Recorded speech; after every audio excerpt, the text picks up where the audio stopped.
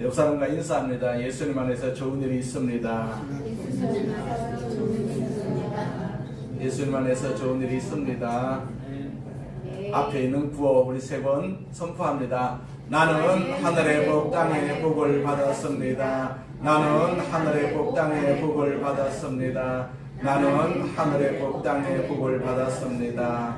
아멘. 주신 하나님 아버지, 우리를 사랑하여 주셔서 주님 전에 이렇게 불러주시고 주 앞에 영광 돌리는 귀한 예배 드리게 하심을 감사합니다. 아멘. 하나님께서 성령으로 오셔서 우리를 만지심을 감사합니다. 아멘. 우리 마음속에 주님의 생각으로 가득 차게 하여 주옵시고 그 생각의 능력으로 세상을 살게 하여 주옵소서. 아멘. 아버지, 이 자리에 참석하지 못한 우리 성도들에게도 은혜 주시고 그 마음속에 주님 사랑하는 마음 가득 채워지게 하여 주셔서 아멘. 함께 예배할 수 있도록 은혜 베풀어 주시옵소서. 아멘. 주께서 이 시간을 축복하심을 감사하오며 예수님의 이름으로 기도드립니다.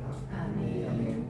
시편 16편 8절부터 11절 말씀을 가지고 여호와를 항상 내 앞에 모시며 라는 제목으로 같이 은혜를 나누고자 합니다. 종교개혁이라는 말을 들어보셨습니까? 종교개혁이 어떻게 해서 시작이 됩니까? 그러니까 종교개혁 시작 연도가 2017년이라고 하는데 지금은 종교개혁 508주년을 올해 맞이했어요. 로마 교황을 중심으로 그 가톨릭 진리에서 벗어나서 가톨릭이 진리에서 벗어나가지고 이 부패하고 타락하니까 그 루트와 칼빈과 같은 개혁자들이 일어나가지고 우리가 성경으로 돌아가자, 성경으로 돌아가자 외치면서 종교개혁을 단행을 했어요. 그 종교개혁을 주도했던 루터는 당시 로마 가톨릭이 성 베드로 성당을 짓는데 그 필요한 자금을 마련하기 위해서 면죄부를 판매를 했어요.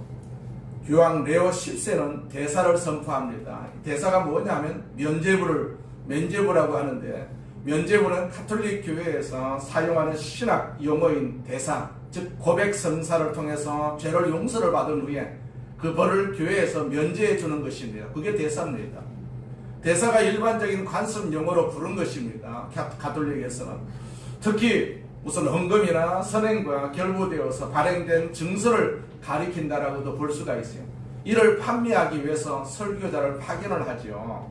특히 도미니코 수도의 그 소속 사제인 요한 테첼이라는 사람은 독일에 파견이 되어가지고 이런 논리로 대사 판매를 선전을 합니다. 헌금함에 돈이 짤랑하고 떨어지는 순간에 영혼이 연옥에서 튀어나온다라는 얘기입니다. 예수 믿지 않고도, 하나님 믿지 않고도 죽었어도 내가 헌금을 하게 되면 연옥에서 이렇게 천국으로 임한다라는 그런 희한한 논리를 제공을 하면서 그 면죄를 팔았어요. 그래서 루터와 칼빈은 1517년 10월 31일 면죄부 판매의 부당함을 지적하는 95개의 조항의 반박문을 비텐베르크 교회 정문에 붙임으로써 종교개혁의 화살을 당겼어요. 당시 종교개혁자들이 외쳤던 5가지 슬로건이 있었어요. 첫째는 오직 성경, 둘째는 오직 그리스도, 셋째는 오직 은혜, 넷째는 오직 믿음, 다섯째는 오직 하나님께 영광이라는 그런 5가지 슬로건을 걸고 외쳤어요. 그런데 이 5가지 핵심 슬로건의 기초가 바로 코람데오라서요. 코람데오는 라틴어로 하나님 앞에서라는 뜻입니다. 하나님 앞에서. 코람은 앞에서라는 뜻이고 데오는 하나님을 의미합니다. 그래서 하나님 앞에서. 종교 개혁자들은 사람 앞에 잘 보이고 세상 앞에 명예를 가지고 잘 살기보다는 좀 힘들고 어려워도 오직 하나님 앞에서 의롭고 선한 삶을 살기를 원했어요. 그 종교 개혁자 중에서 이 코람데오를 가장 많이 외쳤던 사람이 바로 루터였어요. 종교개혁자 칼빈 역시 코람데오를 자신의 인생의 모토로 삼고 평생을 살았습니다. 종교개혁자들만이 아닙니다. 하나님의 사람들 역시 한결같이 코람데오, 곧 하나님 앞에서 삶을 살았어요. 하나님 앞에서 자신을 의식하면서 살았어요. 세상에서 우리가 의식하면서 사는 것이 아니라 하나님 앞에서 의식하면서 내 자신을 의식하면서 살았어요. 우리가 잘 아는 윤동주 시인도 코람데오의 정신으로 이 세상을 살았던 사람이죠. 그래서 그의 서신은 이렇게 시작하지 않겠습니까? 죽는 날까지 하늘을 우러러 한 점 부끄러움이 없기를 입새에 이는 바람에도 나는 기록했다라고 시작하고 있어요. 자, 부끄러움이 없는 삶을 살기를 원했던 것이죠. 우리가 부끄러움이 없는 삶을 살기 위해서는 항상 하나님 앞에 내가 서 있어야 됩니다. 세상 앞에 서 있게 되면 세상 논리로 우리가 살 수밖에 없기 때문에 부끄러움을 우리가 다 가득 안고 살 수밖에 없는 것이죠. 다윗 역시 코람데오의 삶을 살았어요. 8절 말씀에 보면 내가 여호와를 항상 내 앞에 모심이요 그렇게 기록을 하고 있어요. 다윗은 자신이 여호와를 항상 그 앞에 모시고 살았다라고 고백을 합니다. 하나님을 여기시기 때문에 우리의 눈으로 볼 수도 없고 우리가 손으로 만질 수도 없습니다. 그런데 보이지 않는 하나님을 눈에 보이는 것처럼 모시고 살았다는 말입니다. 무슨 말입니까? 하나님의 존재를 의식하면서 하나님의 임재 속에 살았다는 얘기입니다. 이런 것 하나님을 경외하면서 살았다는 얘기죠. 하나님을 경외하면서. 그런데 지금 와서 코람데오의 이 정신을 이렇게 희석시키는 분위기가 이 기독교 안에서 조성이 되고 있어요. WCC라는 그런 단체가 있지 않겠어요? 세계 교회 협의회라는 그런 단체가 있습니다. 그 가시적인 일치라는 명분 아래 교회의 다양성을 이렇게 존중하면서도 하나의 교회를 만들려고 하는 목적을 가지고 있는 단체가 바로 WCC라는 단체입니다. 종교 통합이다. 무슨 종교 화합이다. 라는 소리를 높이고 있어요. 천주교와 기독교가 하나가 되어야 한다. 라고 주장하는 목사들이 있어요. 루터나 칼빈이 목숨을 걸고 싸웠던 그 정신을 지금 말살시키려고 하는 경향이 있다라는 얘기입니다. 세상에는 종교가 굉장히 많이 있습니다. 엄청 많습니다. 그러나 그 많은 종교 중에 구원은 우리 기독교에만 있습니다. 그래서 기독교는 다른 종교를 수용해서는 안 되지 않겠어요? 독특한 맛이 있어야 됩니다. 수용하게 되면 구원이 타 종교에도 있는 것을 인정하는 꼴이 될 수밖에 없지 않겠어요? 성경은요 항상 내 앞에 모심이요 그랬어요. 항상 누구를 모십니까? 여호와. 우리는 하나님을 항상 모시고 삽니다. 다른 종교에는 하나님이 있습니까? 없지 않겠습니까? 그들이 섬기는 하나님이라고 하는 것은 우상입니다. 사람이 만들어낸 것이거든요. 예수 믿는 사람은 하나님과 같이 사는 것입니다. 이런 단순히 하나님을 의식하거나 예배 시간에만 기억한다는 뜻이 아니거든요. 다윗은 모든 생각, 그러니까 계획, 행동의 중심에 여호와를 두는 태도를 여기에서 말씀하고 있어요. 다윗은 자신의 주인이 하나님이심을 인정하고 모든 상황에서 그분의 뜻을 구하고 그분 앞에서 살겠다는 코람데오, 하나님 앞에서의 신앙을 실천한 사람입니다. 다윗은 이 고백을 통해서 세상의 유혹, 적들의 위협, 심지어 자기 자신의 욕심과도 싸워서 이길 수 있는 힘을 얻었던 것이죠.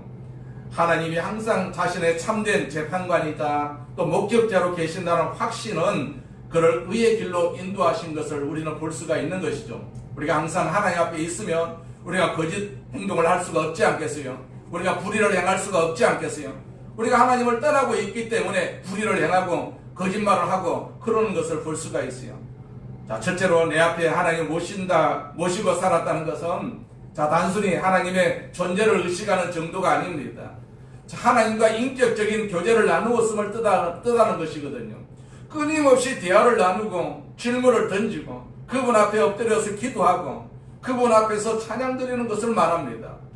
사람과의 관계도 마찬가지지 않겠습니까? 우리가 부모님을 모시고 산다는 것은 부모님과 함께 식사도 하고 또 일상의 삶을 나누기도 하고 때로는 결정해야 할 여러 문제들에 대해서 부모님의 생각을 묻기도 하는 것이죠. 부모님하고 같이 살면 그러할 수밖에 없지요. 이처럼 하나님을 내 앞에 모시고 산다는 것은 주님의 식탁의 교제를 같이 나누는 것입니다. 주님하고 나하고 먹고 마시는 것이죠. 먹으면서 주님 생각, 마시면서 주님 생각할 정도로 주님과 자연스러운 교제를 나누어야 되거든요.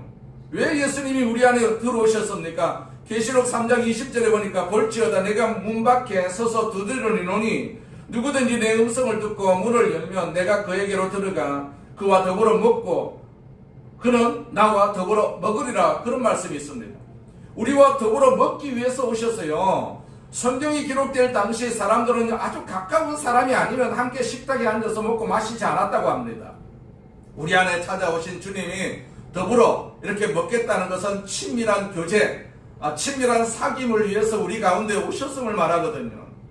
다윗은 하나님과 많은 대화를 나누었던 사람입니다. 수없이 많은 질문을 던졌던 사람입니다. 블레셋이 쳐들어오게 되면 이 전쟁이 하나님께 속한 것인지를 하나님께 물었어요. 언제 어떻게 나가서 싸워야 할지도 물었습니다. 다윗은 묻고 또 물었습니다. 그리고 내 안에서 하나님을 그는 늘 찬양한 것을 볼 수가 있습니다. 이것이 바로 하나님을 내 앞에 모시는 그러한 삶이라는 것을 오늘 말씀을 통해서 우리는 깨달을 수가 있습니다. 하나님을 내 앞에 모시며 사는 것은 단순히 하나님 존재를 인식하고 의식하는 것이 아닙니다.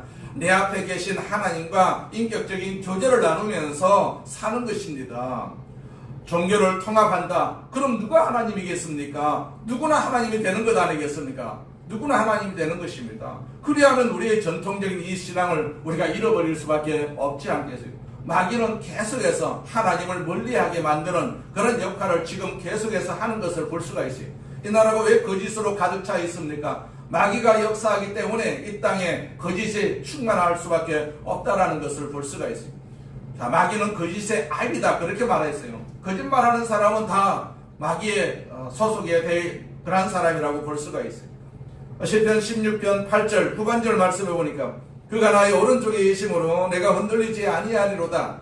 자, 나의 오른쪽의 의미가 무엇입니까? 고대 근동 문화에서는 그 오른쪽에는 명예, 무슨 능력, 또 권위, 그리고 가장 가까운 곳에서 돕는 위치를 상징하는 것이 바로 오른쪽이라는 그런 단어입니다. 특히 전쟁이나 아니면 법정에서 왕이나 중요한 사람의 오른쪽에 서는 것은 조력자, 변호인 혹은 호위병 역할을 의미했습니다. 하나님께서 가장 가까이서 가장 강력하게 다윗을 지키시는 호위병처럼 서 계심을 의미하거든요. 환난과 공격의 순간에 하나님이 다윗의 힘이 되어 주셔서 넘어지지 않도록 붙들어 주심을 의미합니다. 그 하나님이 우리 오른편에 계십니다. 하나님이 계시기 때문에 오늘 이 자리에 우리가 나올 수가 있는 것 아니겠어요? 예배 드릴 수가 있고 우리가 찬양할 수가 있는 것입니다. 흔들리지 아니하리로다 했어요. 이거는 확신이죠. 다윗은 자신의 능력이나 주변 환경 때문이 아니라 오직 하나님이 자신의 오른쪽에 계신다는 사실 하나 때문에 자신이 결코 실족하거나 실패하지 않을 것으로 확신하고 있어요.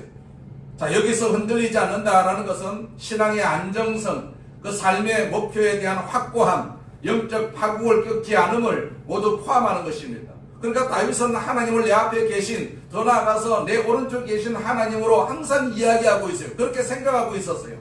굳이 구분을 하자면 내 앞에 계신 하나님은 자상하고 친밀하신 하나님을 강조하기 위함이고, 내 오른쪽에 계신 하나님은 연약한 하나님이 아닌 나를 보호하고 구원해내시는 전능하신 하나님을 강조하기 위함이라고 볼 수가 있죠.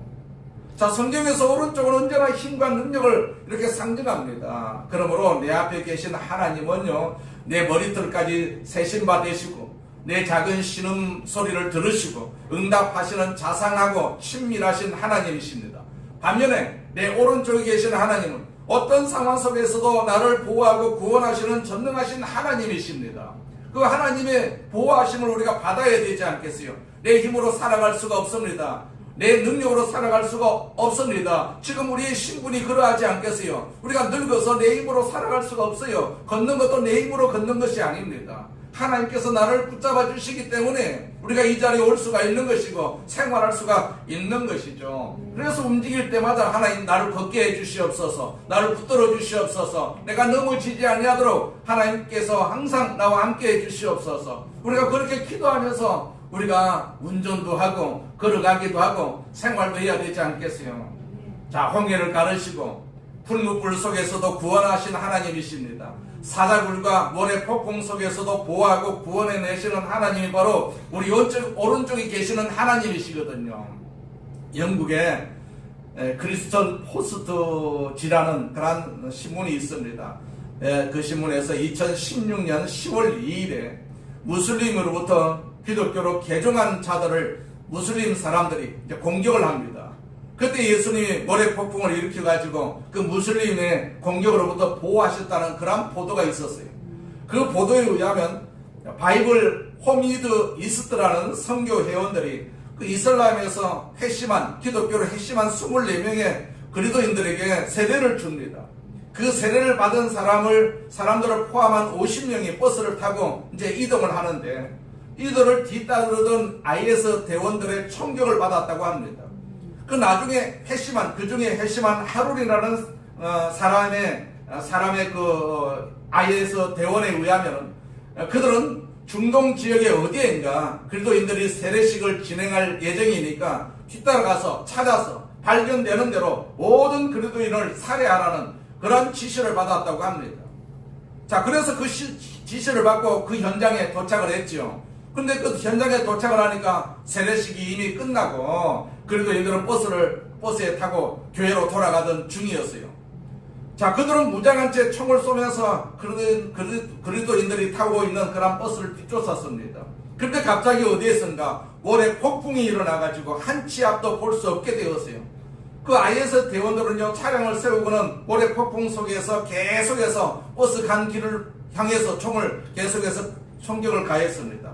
그러던 중 모래 폭풍 사이로 불꽃 같은 눈빛을 가지신 예수님이 나타나가지고 왜 너희는 나를 핍박하느냐 라고 말씀을 하셨다고 합니다.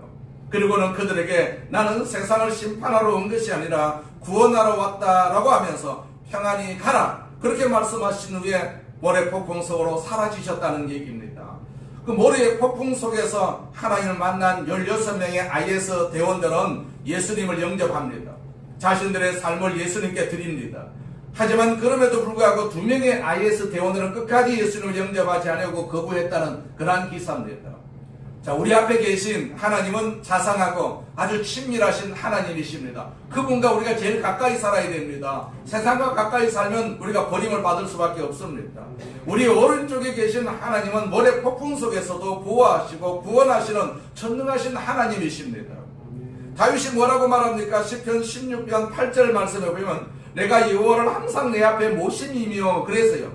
다윗은 여호와를 항상 내 앞에 모시고 살았다 그렇게 고백하고 있어요.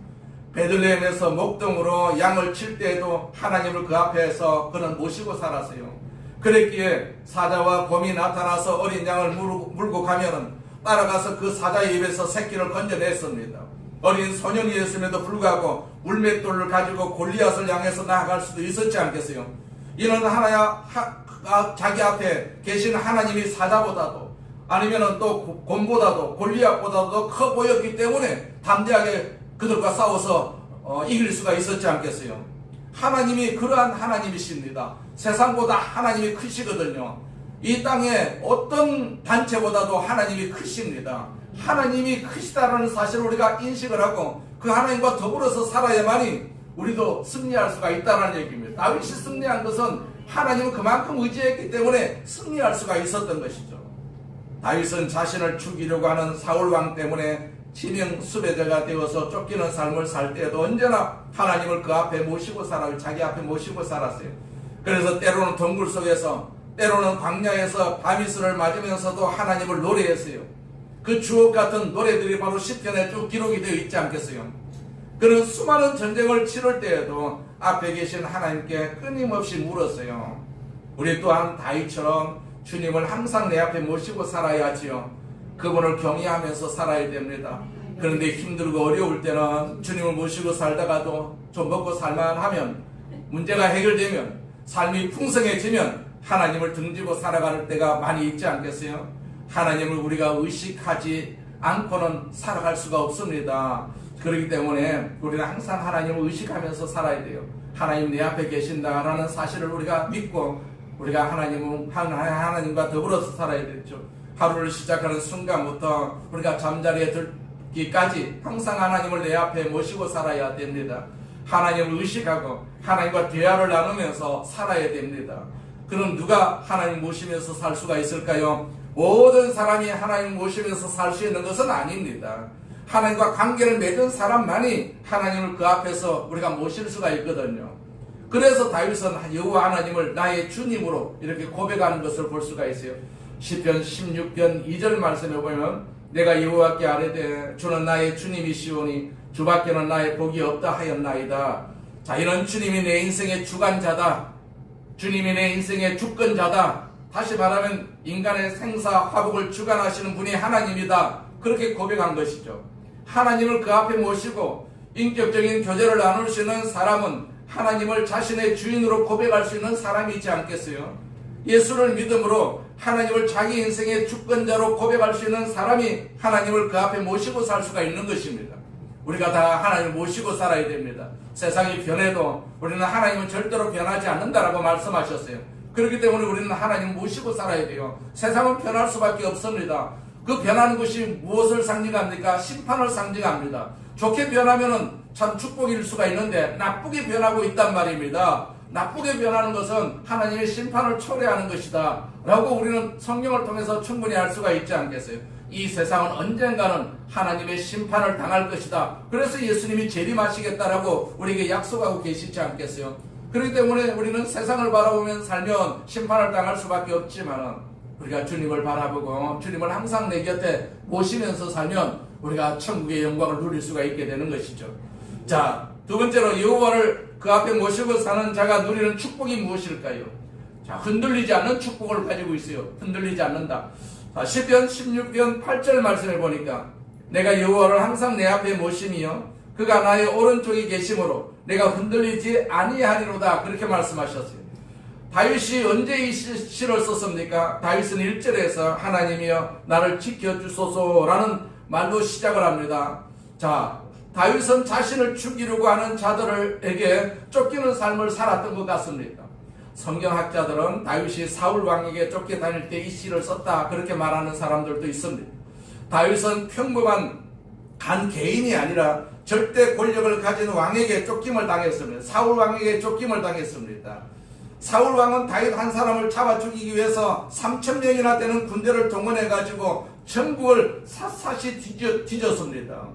다윗은 홀로 숨어 지낸 것이 아니었어요. 사무엘상 22장 2절을 보니까 어려움을 당하는 사람과 빚을 지은 사람 그리고 마음의 억울함을 가진 사람들이 다윗에게 몰려들었습니다. 다윗은 그들의 지도자가 되었습니다. 그에게 몰려온 사람들은 400명가량 되었습니다. 그렇게 기록을 하고 있어요. 그래서 어디를 가든 숨어 있는 위치가 금세 노출될 수밖에 없지 않겠어요? 혼자 숨는 것보다도 400명이 숨으니까 들통이 날 수밖에 없지 않겠어요? 그런데다가 사람들은요, 자신들이 살기 위해서 다윗의 일행이 나타나게 되면 곧바로 사울 왕에게 다윗이 이곳에 숨어 있다라고 신고를 하는 것을 우리는 성경을 통해서 보았지 않겠어요? 이처럼 다윗은 언제 잡혀서 죽을지 모르는 삶을 살았어요. 내일을 기약할 수가 없었습니다.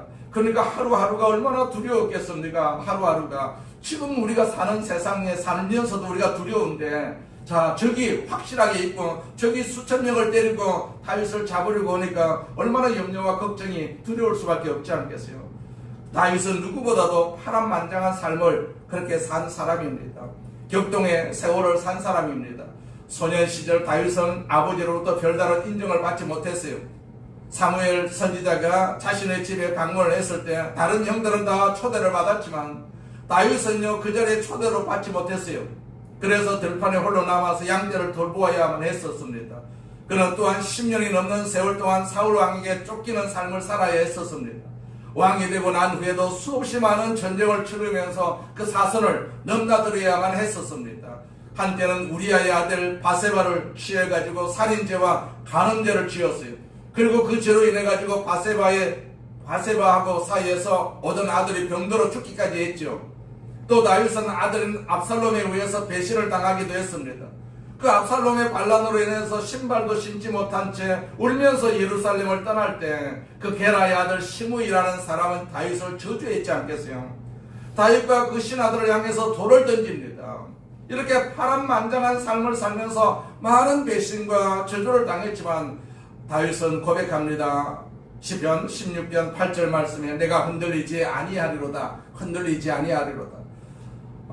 시편 62편에 보면 다윗은 대적들이 자신을 죽이려고 공격하고 거짓말을 하고 자기를 저주하지만 나의 영혼이 잠잠히 하나님만 바라며 그렇게 고백하는 것을 볼 수가 있어요. 그리고 이어서 이렇게 고백을 하지요. 시편 62편 2절 말씀에 보니까 오직 그만이 나의 반석이시요 나의 구원이시요 나의 요새시니 내가 크게 흔들리지 아니하리로다. 그렇게 말씀하고 있어요. 내 앞에 계신 하나님을 바라보기에 흔들리지 않겠다는 것입니다. 그는 시편 3편 6절에도 이렇게 고백을 하지요. 천만인이 나를 에워싸 진친다 하여도 나는 두려워하지 아니하리로다. 왜 두려워하지 않고 왜 흔들리지 않습니까? 하나님을 바라보니까, 내가 하나님 앞에 서 있기 때문에 두려움도 없고 흔들리지 않을 수가 있다라는 얘기입니다. 우리가 늘 하나님 앞에 서 있어야 됩니다. 하나님 앞에 생각하고 하나님과 더불어서 먹고 마시면서 하나님과 더불어서 사는 삶, 우리가 하나님을 찬송하면서 하나님 말씀을 묵상하면서 하나님과 사는 삶이 우리가 이 마지막 때를 살아야 할 유일한 그런 어떤 모습이라고 볼 수가 있는 것이죠. 다윗은 흔들리지 않는 삶을 살았어요. 왜냐하면 문제를 바라보지 않았기 때문에, 자신이 처한 상황과 환경을 바라보지 않고 앞에 계신 주님을 바라보았기 때문에 흔들리지 않았어요. 두려워하지 않았습니다. 앞에 계신 주님을 모시고 살았기 때문입니다. 우리는 다윗처럼 흔들리지 않는 인생을 살기를 원합니다. 요동치지 않는 인생을 살기를 원합니다. 하지만 풍랑이 없는 인생은 없어요. 하나님의 사람은 풍랑이 없기에 흔들리지 않는 인생을 사는 것이 아니라, 자, 풍랑과 폭풍 가운데서도 흔들리지 않는 인생을 사는 사람이 바로 하나님의 사람입니다. 우리가 하나님을 내 앞에 모시고 살고 있기 때문에 그런 풍랑을 우리가 두려워할 필요가 없지 않겠어요? 바울을 보세요. 바울, 그가 제수의 신분으로 로마를 향할 때 바울을 포함한 276명의 사람을 태우고 로마로 향하던 배가 유라굴로로 이라는 광풍을 만났어요. 여러 날 동안 해도 달도 보이지 않았습니다. 그들은 배에 있는 것을 다 버렸습니다. 오랫동안 먹지 못했고 구원의 여망이 사라져서 모든 사람들이 두려움 가운데 죽음의 순간을 기다리고 있었어요. 어찌할 수가 없습니다. 자기들 힘으로 그 생명을 유지할 수가 없었어요. 그런데 오직 한 사람, 제수의 신분으로 끌려가던 바울은 두려워하지 않았어요. 왜 그렇습니까? 사도행전 27장 24절 말씀에 보니까, 바울아 두려워하지 말라. 네가 가이사 앞에 서야 하겠고 또 하나님께서 너와 함께 항해하는 자를 다 내게 주셨다 하셨으니, 자, 하나님이 보내신 사자의 음성을 들었기 때문입니다. 다른 사람들은 다 먹구름과 성난 파도만을 바라보았어요. 하지만 바울은 폭풍성에서도 함께 하시는 하나님을 보았어요. 하나님을 보았습니다. 다른 사람들은 파도와 바람 소리만 들었어요. 하지만 바울은 두려워하지 말라는 하나님의 음성을 들었어요. 우리도 항상 하나님의 음성을 들어야 됩니다. 바울에게 말씀하셨던 두려워하지 말라는 이 말씀을 우리가 들어야 되지 않겠어요? 두려워할 필요가 없습니다. 내 앞에 하나님이 계시는데 우리가 왜 두려워합니까? 내 혼자 같으면 두려울 수가 있어요. 그러나 하나님은 내 눈에 보이지 않아도 나와 함께 계시면서 나를 지키시고 나를 보호하시는 하나님이심을 우리가 알면 절대로 두려워할 필요가 없지요. 베드로를 보세요. 바로 자기 앞에서 풍랑을 밟고 서 계신 주님을 보았을 때 두려워하지 않고 물 위로 걸어서 주님에게로 갈 수가 있었어요. 그런데 앞에 계신 주님이 아닌 파도를 보고 바람을 보았을 때 베드로는 물속에 빠지고 말았지 않겠습니까? 마태복음 14장 30절에 보니까 바람을 보고 무서워 빠져가는지라 소리 질러 이르되 주여 나를 구원하소서 하니, 자, 하나님은 종종 우리가 폭풍 속에서도 흔들리지 않는 인생을 살기를 원하고 계세요. 문제와 사람이 아닌 우리 앞에 계신 하나님을 우리는 바라보고 살아야 됩니다. 우리 영혼이 폭풍 속에서도 앞에 계신 주님을 바라볼 수만 있다면, 그리고 그 주님의 음성을 우리가 들을 수만 있다면, 거친 파도가 우리를 향해 와도 주님과 함께 우리가 날아오르게 되는 것입니다. 시편 16편 9절 말씀을 봅니다. 이러므로 나의 마음이 기쁘고 나의 영도 즐거워하며, 자, 이러므로 이 구절에서 누리는 기쁨과 안전의 근거를 제시하는 것이죠. 그 근거는 바로 그 앞구절에서 고백한 내용입니다. 하나님만이 나의 복이기 때문에 그렇다는 얘기입니다. 그렇기 때문에 내 마음이 기쁘고 내 영도 즐거워할 수밖에 없다는 얘기입니다.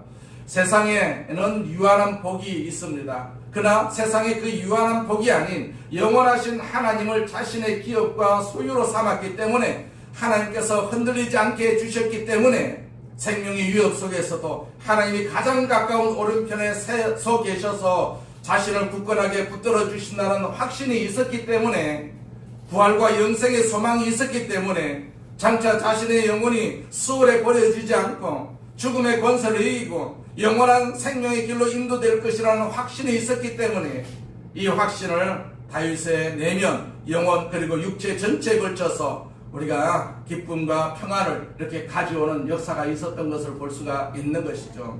자, 우리가 다윗이 고백한 것처럼 우리에게 하나님께서 주시는 복이 있습니다. 건강의 복도 있습니다. 장수의 복도 있습니다. 재물의 복도 있습니다. 이 복을 우리가 바라보게 되면 우리가 흔들리지 않고 두려워할 필요도 없습니다. 걱정할 이유도 없지 않겠어요? 그래서 우리는 마음이 기쁠 수밖에 없고 내 영혼이 즐거워할 수밖에 없는 것이죠. 그래서 우리는 예배 드리고 찬송하고 그러는 것입니다. 내 마음의 기쁨을 얻기 위해서, 내 마음의 즐거움을 얻기 위해서 우리는 하나님으로도 기쁨을 얻고 하나님으로부터 우리가 즐거움을 얻어야 될 줄로 믿습니다. 세상이 주는 기쁨은요 잠시 잠깐입니다. 그런 기쁨은요 쾌락 기쁨이고 그 쾌락은요 결과적으로 심판을 초래할 수밖에 없는 동기가 되는 것이죠. 자, 세 번째로 여호와를 그 앞에 모시고 사는 자가 누리는 또 다른 축복이 무엇입니까? 마음이 기쁘고 영도 즐거워한다고 했어요.